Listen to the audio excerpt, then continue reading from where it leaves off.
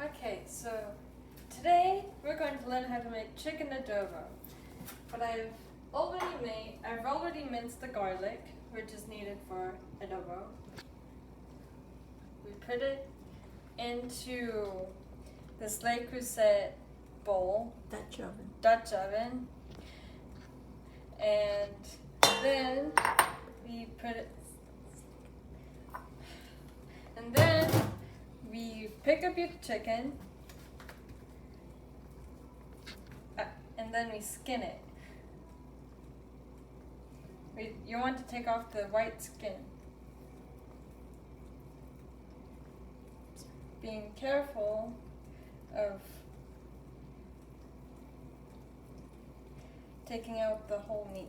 You don't want to take off the meat.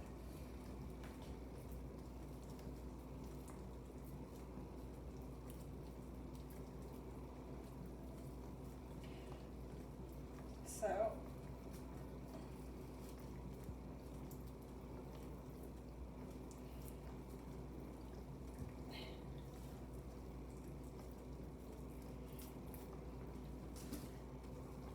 Only take off the fat.